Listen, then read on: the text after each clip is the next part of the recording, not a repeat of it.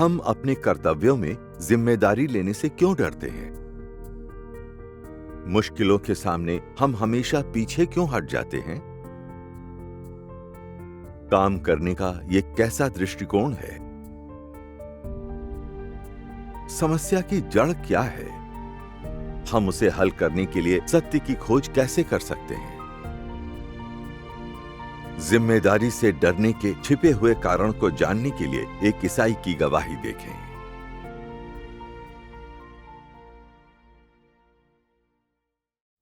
मैं कलीसिया में सिंचन कार्य की प्रभारी थी।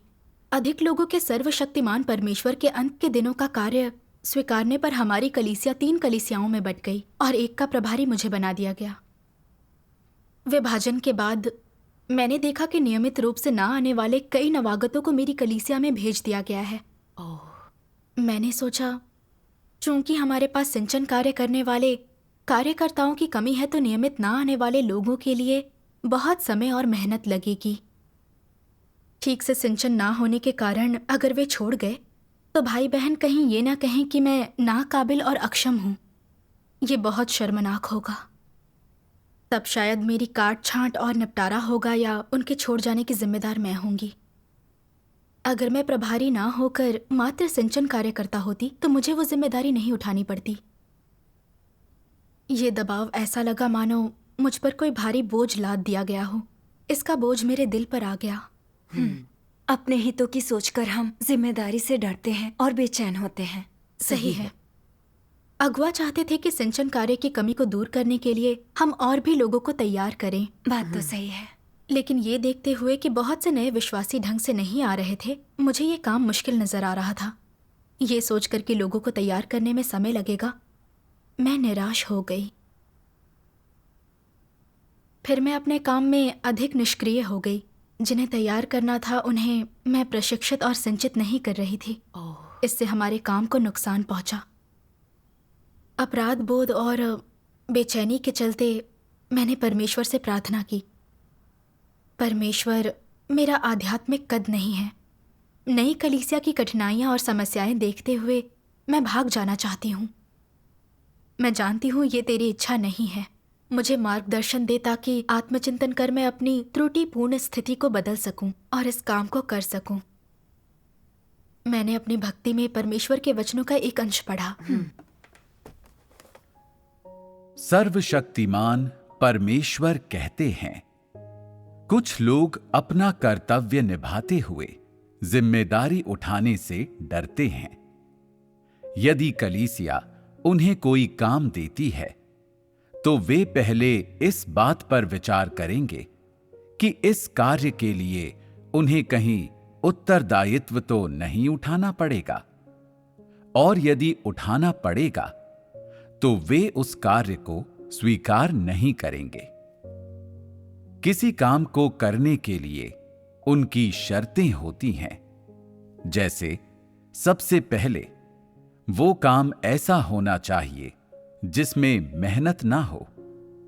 दूसरा, वो व्यस्त रखने या थका देने वाला ना हो। और तीसरा, चाहे वे कुछ भी करें, उनकी कोई जिम्मेदारी नहीं होगी। इन शर्तों के साथ वे कोई काम हाथ में लेते हैं। ऐसा व्यक्ति किस प्रकार का होता है? क्या ऐसा व्यक्ति धूर्त और कपटी नहीं होता? वो छोटी से छोटी जिम्मेदारी भी नहीं उठाना चाहता। जब पेड़ों से पत्ते भी झड़ते हैं तो उसे डर लगता है कि कहीं आसमान न गिर जाए। ऐसा व्यक्ति क्या काम कर सकता है? परमेश्वर के घर में ऐसे व्यक्ति का क्या उपयोग हो सकता है? परमेश्वर के घर का कार्य शैतान से युद्ध करने के कार्य के साथ साथ राज्य के सुसमाचार का प्रसार करना होता है। ऐसा कौन सा काम है जिसमें उत्तरदायित्व ना हो? क्या तुम लोग कहोगे कि एक अगुवा होना जिम्मेदारी का काम है? क्या उनकी जिम्मेदारियां और भी बड़ी नहीं होती? क्या उन्हें और भी ज्यादा जिम्मेदारी नहीं उठानी चाहिए? तुम सुसमाचार का प्रसार करते हो, गवाही देते हो, वीडियो बनाते हो, वगैरह वगैरह। वास्तव में तुम जो कार्य करते हो, चाहे वो कुछ भी हो, अगर वो सत्य के सिद्धांतों से संबंधित है तो उसमें उत्तरदायित्व है।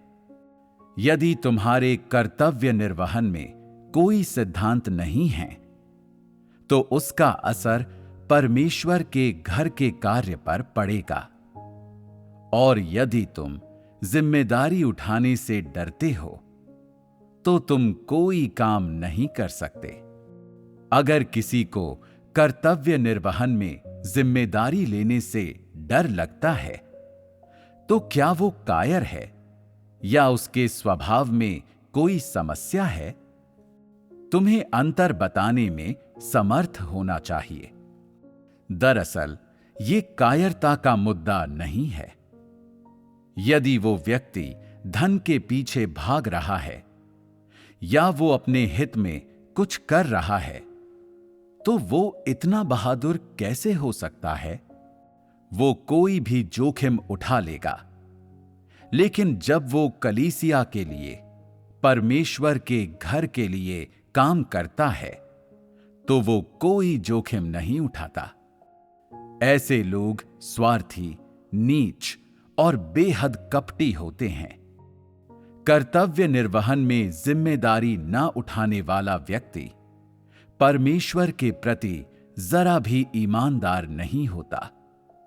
उसकी वफादारी की क्या बात करना? किस तरह का व्यक्ति जिम्मेदारी उठाने की हिम्मत करता है? किस प्रकार के इंसान में भारी बोझ वहन करने का साहस है?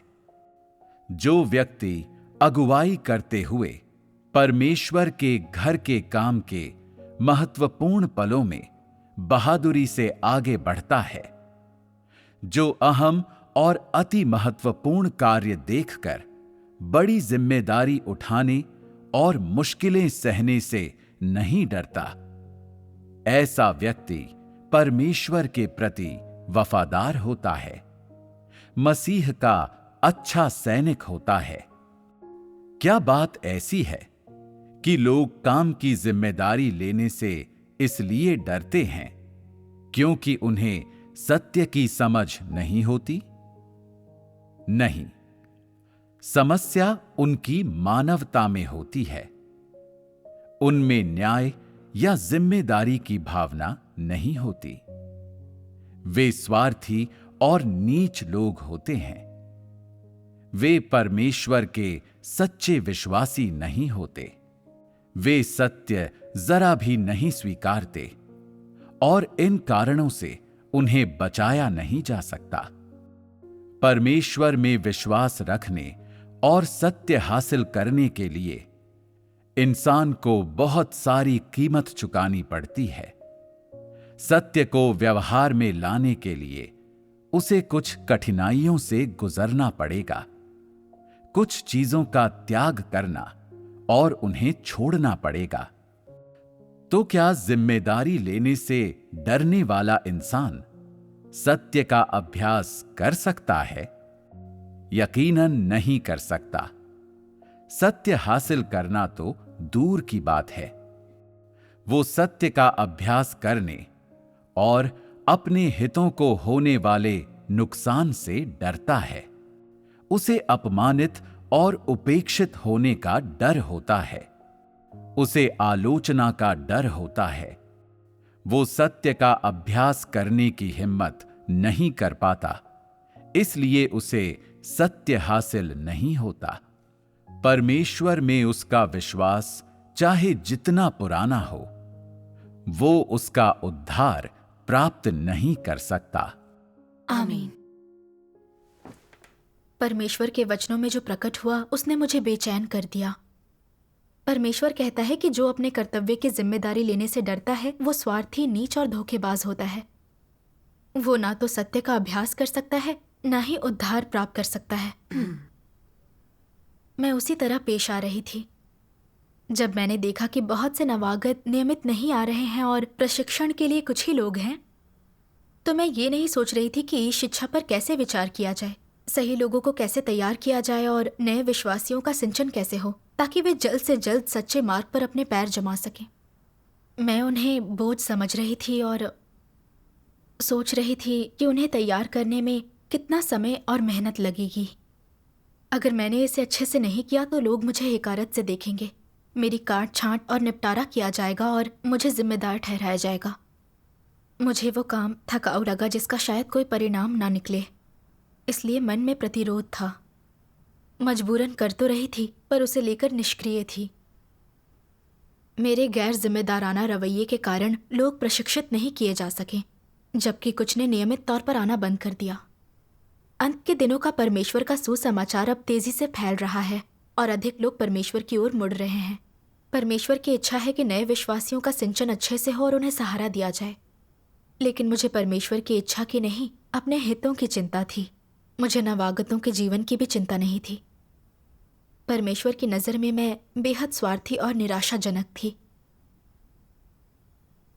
मैंने देखा कि बाकी नई कलीसियाओं में लोग कलीसिया के काम को आगे बढ़ा रहे हैं। वे अपने लाभ हानि के बारे में नहीं सोच रहे। तमाम मुश्किलों के बावजूद वे नए विश्वासियों के सिंचन के लिए जी जान लगा रहे हैं। वे अपने कर्तव्यों के प्रति समर्पित सच्चे विश्वासी हैं। मैं अपमानित महसूस कर रही थी। मुझे अपने हितों के बारे में सोचना छोड़कर कलीसिया के काम को कायम रखना था। मुझे इस जिम्मेदारी को अपने कंधे पर लेकर जी जान से नवागतों का सिंचन करना था। ऐसे ही अपने कर्तव्य में ई शिक्षा पर विचार किया जाता है। बिल्कुल। फिर मैंने सक्रिय रूप से सहयोग करना शुरू किया और जिन लोगों को विकास किया जा सकता था उनका सिंचन किया। इस इच्छा को समझ लेने पर वे भी अपने कर्तव्य में सक्रिय हो गए। हम मिलजुल कर काम करते और नए विश्वासियों को सहारा देते। कुछ समय बाद काफी नवागत नियमित रूप से आने लगे। मैं बहुत खुश थी और परमेश्वर की आभारी थी। परमेश्वर का धन्यवाद। लेकिन जल्दी ही मैं फिर से उसी स्थिति में जा पहुंची। एक दिन अगुआ ने मुझसे कहा, शुयुआन कलीसिया नई नई बनी है, कई नए विश्वासी एकत्रित नहीं हो रहे हैं और उनके पास अच्छे सिंचनकर्ताओं की कमी है। काम धीमा चल रहा है। वह कलीसिया तुम्हें सौंप देते हैं। जब अगुआ ने ये कहा तो मुझे लगा इस स्थिति के पीछे परमेश्वर की इच्छा है। पिछली बार जब कलीसिया का विभाजन हुआ था तो मैं जिम्मेदारी लेने से डर रही थी, जिससे कलीसियाई कार्य में देरी हुई। इस बार मुझे समर्पित होकर अपना काम ठीक से करना है। लेकिन शुयुआन कलीसिया की मौजूदा हालत देखकर मैं डगमगा गई। मैं जिस कलीसिया की प्रभारी थी उसने अभी बेहतर करना शुरू ही किया था और बहुत से काम करने बाकी थे। दूसरी कलीसिया का काम हाथ में लेना यानी बहुत समय और मेहनत लगाना। अगर मैं ठीक से शुयुआन को न संभाल पाई और अपनी वर्तमान कलीसिया के काम की देखभाल भी ना कर सकी तो लोग मेरे बारे में क्या सोचेंगे। एक कलीसिया का प्रबंधन तो इतना मुश्किल नहीं है। मैं अपना काम अच्छे से करने पर ध्यान दे सकती हूँ। तब हर कोई मुझे आदर से देखेगा और शायद मुझे प्रमोशन भी मिल जाए। ये सोचकर मुझे लगा शुयुआन कलीसिया को संभालना बहुत मुश्किल होगा। उससे मुझे कोई फायदा नहीं होगा, इसलिए मैं उसे स्वीकार नहीं करना चाहती थी। लेकिन अगर मैंने मना कर दिया और किसी दूसरे ने भी ना संभाला तो कलीसिया का काम प्रभावित होगा। मेरे मन में दुविधा थी। तो तुमने उस स्थिति पर कैसे काबू पाया? अगुआ ने मेरी दुविधा देखकर परमेश्वर के वचनों का एक अंश साझा किया।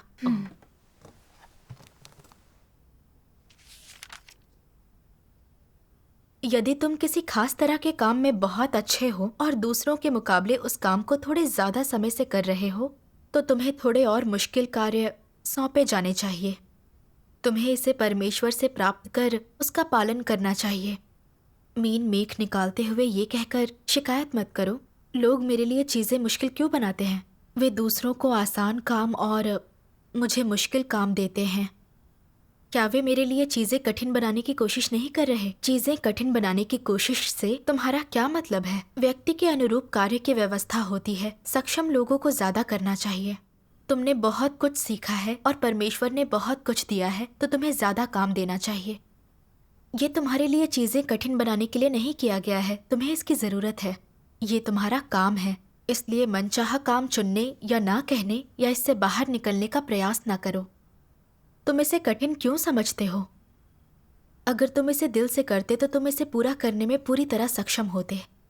तुम्हें ये लगना कि ये कठिन है, तुम्हारे साथ अन्याय हो रहा है, तुम्हें परेशान किया जा रहा है, भ्रष्ट स्वभाव का प्रकटीकरण है। कर्तव्य करने से इनकार करना है, परमेश्वर से प्राप्त करना नहीं। ये सत्य का अभ्यास करना नहीं है। जब तुम मनचाहा काम चुनते हो जो आरामदेह और आसान होता है, जो तुम्हें अच्छा दिखाता है, तो ये शैतान का भ्रष्ट स्वभाव होता है।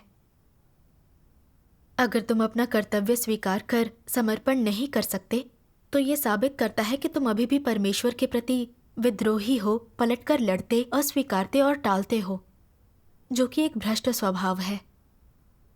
आमीन। आमीन। उस अंश ने मुझे बहुत प्रेरित किया। दूसरी कलीसिया का काम देकर अगुआ मेरे लिए मुश्किलें खड़ी करने की कोशिश नहीं कर रहा था।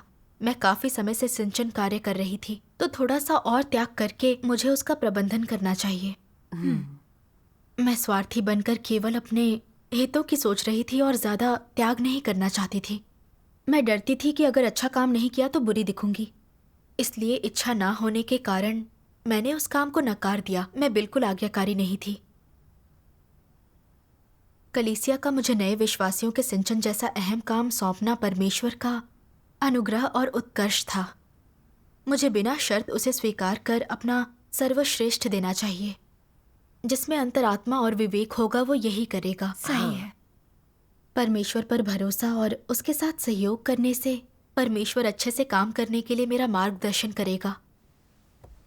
मैंने मन ही मन परमेश्वर से प्रार्थना की और अपनी चिंताएं दूर कर जिम्मेदारी लेने को तैयार हो गई। परमेश्वर का धन्यवाद। ईश वचनों द्वारा सत्य जानने के बाद हम विश्वास और शक्ति प्राप्त करते हैं। बिल्कुल। बाद में मैंने आत्मचिंतन कर खोज की। मैं हमेशा कर्तव्य को ठुकरा कर बोझ उठाने से बचना क्यों चाहती थी? मैंने परमेश्वर के वचनों में पढ़ा, सर्वशक्तिमान परमेश्वर कहते हैं, मसीह विरोधी चाहे कोई भी कार्य कर रहे हों, वे पहले अपना हित देखते हैं। वे तभी कार्य करते हैं जब वे हर चीज पर अच्छी तरह सोच विचार कर लेते हैं। वे बिना समझौते के सच्चाई से, ईमानदारी से और पूरी तरह से सत्य का पालन नहीं करते, बल्कि वे चुन चुन कर अपनी शर्तों पर ऐसा करते हैं। ये कौन सी शर्त होती है? शर्त है कि उनका रुतबा और प्रतिष्ठा सुरक्षित रहे, उन्हें कोई नुकसान ना हो। ये शर्त पूरी होने के बाद ही वे तय करते हैं कि क्या करना है। यानी मसीह विरोधी इस बात पर गंभीरता से विचार करते हैं कि सत्य के सिद्धांतों, परमेश्वर के आदेशों और परमेश्वर के घर के कार्य से किस ढंग से पेश आया जाए, या उनके सामने जो चीजें आती हैं उनसे कैसे निपटा जाए। वे इन बातों पर विचार नहीं करते कि परमेश्वर की इच्छा कैसे पूरी की जाए, परमेश्वर के घर के हितों को नुकसान पहुंचाने से कैसे बचा जाए, परमेश्वर को कैसे संतुष्ट किया जाए, या भाई बहनों को कैसे लाभ पहुंचाया जाए। वे लोग इन बातों पर विचार नहीं करते। मसीह विरोधी किस बात पर विचार करते हैं? वे सोचते हैं कि कहीं उनके अपने रुतबे और प्रतिष्ठा पर तो आंच नहीं आएगी, कहीं उनकी प्रतिष्ठा तो कम नहीं हो जाएगी। अगर सत्य के सिद्धांतों के अनुसार कुछ करने से कलीसिया के काम और भाई बहनों को लाभ पहुंचता है, लेकिन इससे उनकी अपनी प्रतिष्ठा को नुकसान होता है और लोगों को उनके वास्तविक कद का एहसास हो जाता है और पता चल जाता है कि उनकी प्रकृति और सार कैसा है, तो वे निश्चित रूप से सत्य के सिद्धांतों के अनुसार कार्य नहीं करेंगे। यदि व्यावहारिक काम करने से और ज्यादा लोग उनके बारे में अच्छी राय बना लेते हैं, उनका सम्मान और प्रशंसा करते हैं, या उनकी बातों में अधिकार आ जाता है, जिससे और अधिक लोग उनके प्रति समर्पित हो जाते हैं, तो फिर वे काम को उस प्रकार करना चाहेंगे। अन्यथा वे परमेश्वर के घर या भाई बहनों के हितों पर ध्यान देने के लिए अपने हितों की अवहेलना करने का चुनाव कभी नहीं करेंगे। ये मसीह विरोधी की प्रकृति और सार है। क्या ये स्वार्थ और नीचता नहीं है? जब तक लोग परमेश्वर के कार्य का अनुभव नहीं कर लेते हैं और सत्य को समझ नहीं लेते हैं, तब तक ये शैतान की प्रकृति है जो भीतर से इन पर नियंत्रण कर लेती है और उन पर हावी हो जाती है। वो प्रकृति विशिष्ट रूप से किस चीज को अपरिहार्य बनाती है? उदाहरण के लिए, तुम स्वार्थी क्यों हो? तुम अपने पद की रक्षा क्यों करते हो? तुम्हारी भावनाएं इतनी प्रबल क्यों हैं? तुम उन अधार्मिक चीजों से प्यार क्यों करते हो? ऐसी बुरी चीजें तुम्हें अच्छी क्यों लगती हैं? ऐसी चीजों को पसंद करने का आधार क्या है? ये चीजें कहां से आती हैं? तुम इन्हें स्वीकार कर इतने खुश क्यों हो? अब तक तुम सब लोगों ने समझ लिया है कि इन सभी चीजों के पीछे मुख्य कारण यह है कि मनुष्य के भीतर शैतान का जहर है। तो शैतान का जहर क्या है? इसे कैसे व्यक्त किया जा सकता है? उदाहरण के लिए, यदि तुम पूछते हो, लोगों को कैसे जीना चाहिए, लोगों को किसके लिए जीना चाहिए, तो लोग जवाब देंगे, हर व्यक्ति अपनी सोचे, बाकियों को शैतान ले जाए। ये अकेला वाक्यांश समस्या की जड़ को व्यक्त करता है।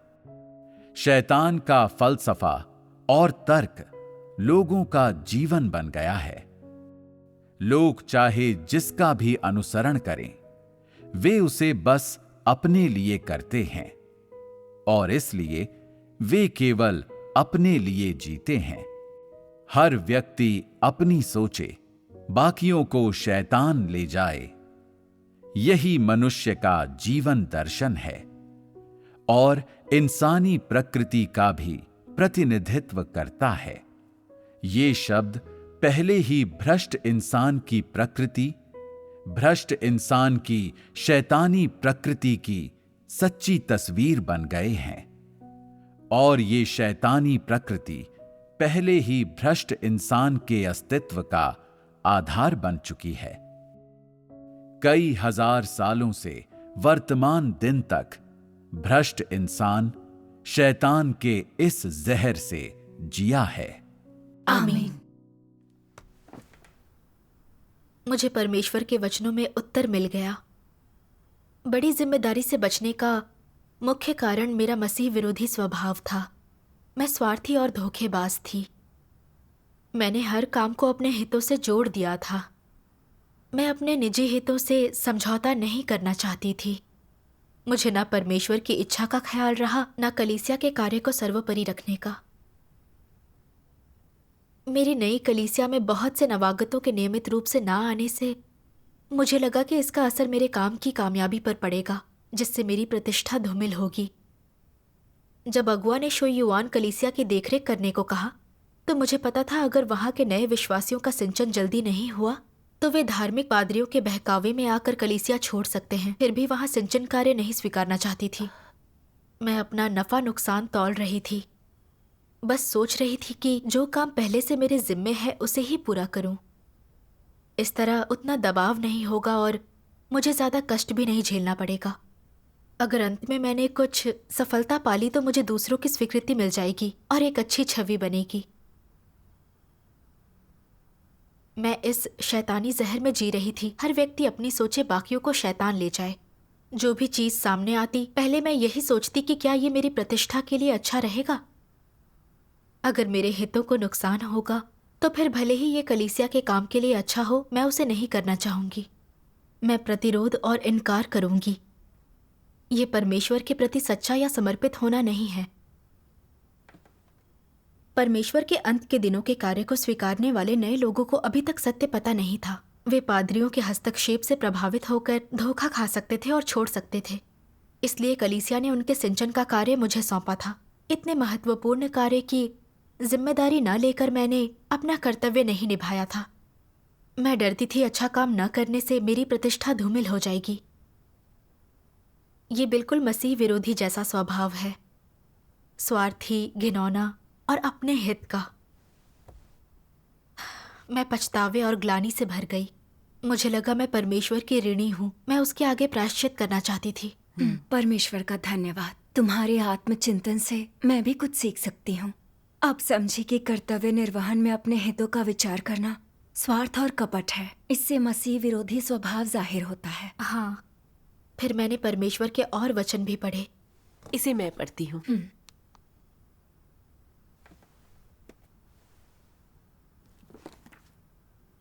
किसी के कर्म अच्छे हैं या बुरे, इसे आंकने का मानक क्या है?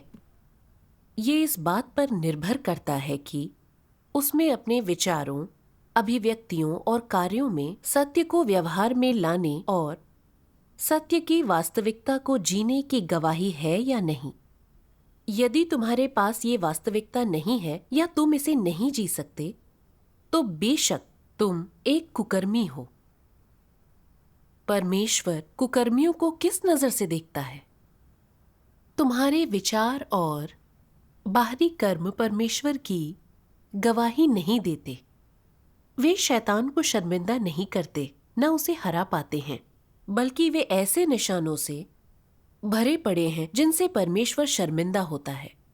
तुम परमेश्वर के लिए गवाही नहीं दे रहे, ना ही तुम उसके लिए अपने आप को खपा रहे हो। तुम परमेश्वर के प्रति अपनी जिम्मेदारियों और दायित्वों को भी पूरा नहीं कर रहे, बल्कि तुम अपने फायदे के लिए काम कर रहे हो।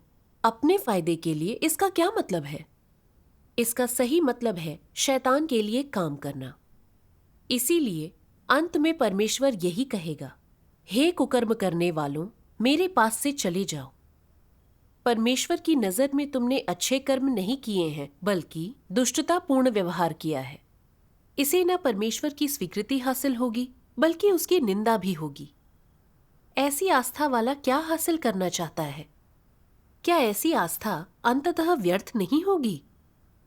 आमीन। आमीन। परमेश्वर के वचन बहुत स्पष्ट हैं। परमेश्वर ये नहीं देखता कि हम कितना कष्ट सहते हैं, बल्कि ये देखता है कि हमारे दिल में क्या है और कर्तव्य निर्वहन में हम क्या प्रकट करते हैं और क्या हमारे पास सत्य का अभ्यास करने की गवाही है।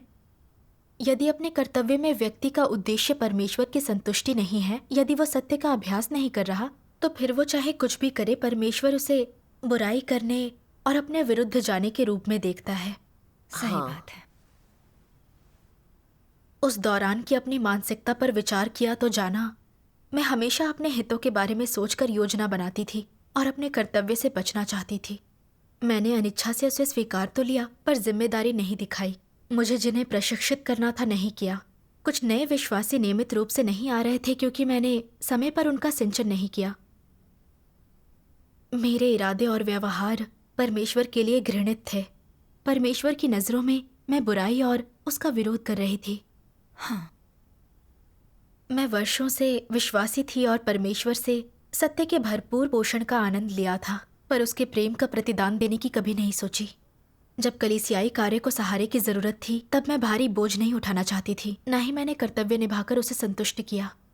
मुझ में वाकई ज़मीर या इंसानियत नहीं थी। मैंने मन ही मन प्रार्थना की, हे परमेश्वर, अपने कर्तव्य में मैं कलीसिया के काम की रक्षा करने के बजाय अपने ही नाम और रुतबे के पीछे भाग रही हूँ। मैं बहुत स्वार्थी हूँ। मैंने अपना कर्तव्य ठीक से नहीं निभाया है। मैं तेरी बहुत ऋणी हूँ। हे परमेश्वर, मुझे एक और मौका देने के लिए धन्यवाद। मैं पश्चाताप कर इस बोझ को उठाना चाहती हूँ और अपने पिछले अपराधों की भरपाई के लिए अच्छे से कर्तव्य निभाना चाहती हूँ। आमीन।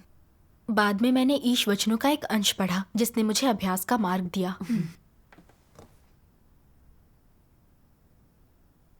कर्तव्य निर्वहन करने वालों की समझ कितनी भी उथली या गहरी हो, सत्य की वास्तविकता में प्रवेश के अभ्यास का सरल तरीका है कि हर काम में परमेश्वर के घर का हित सोचा जाए। अपनी स्वार्थी इच्छाओं, व्यक्तिगत इरादों, अभिप्रेरणाओं, घमंड और हैसियत का त्याग किया जाए।